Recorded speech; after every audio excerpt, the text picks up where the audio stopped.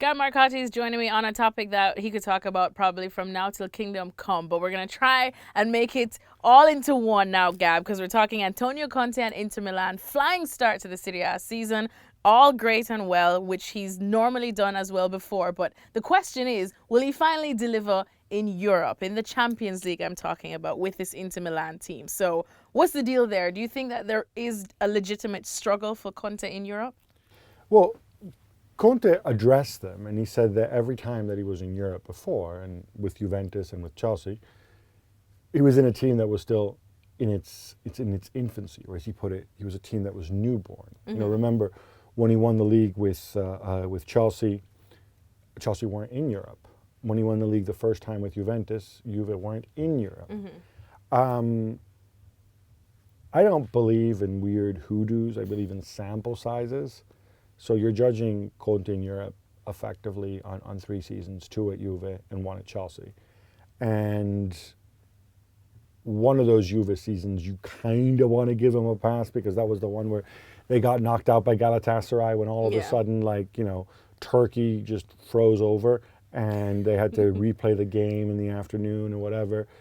And, you know, the season at Chelsea, that was the one with all the Diego Costa, David Luiz nonsense, but still, it's not a good look, and I think it really does bug him that you know, people look at his European record and kind of turn their nose up a little bit. So what do you make of his expectations this year then, or how do you manage them? Because now with this start that Inter Milan are having, people want to get excited. He said that they were surprised a little bit by Slavia, so we'll pardon them for that one. Up next, though, is a little match against Barcelona. So what are we thinking for that one?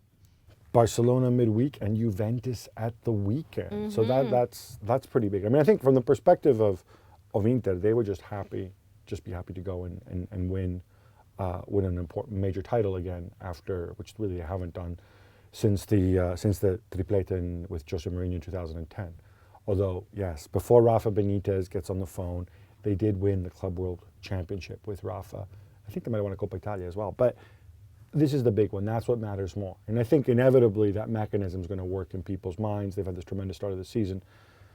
But I think this is the first week where they really get tested. And arguably the 2 best teams they faced thus far, when they played Lazio, who they beat but weren't super impressive in. The other one, Slavia Prague, where obviously they dropped points. You know, I think those are little alarm bells that go off. But from their perspective, it's probably a good time to play Barcelona. I have to squeeze a prediction out of you for the Barcelona one. We'll hold off on the Juve clash.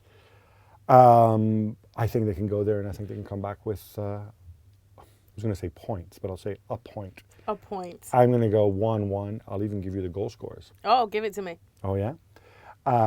Carlos Perez and the magic man, Stefano Sensi.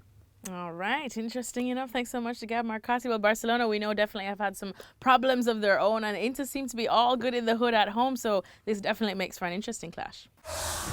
Thanks so much for watching ESPN on YouTube, and for more sports highlights and analysis, be sure to download the ESPN app, and for premium content and live streaming, subscribe to ESPN Plus.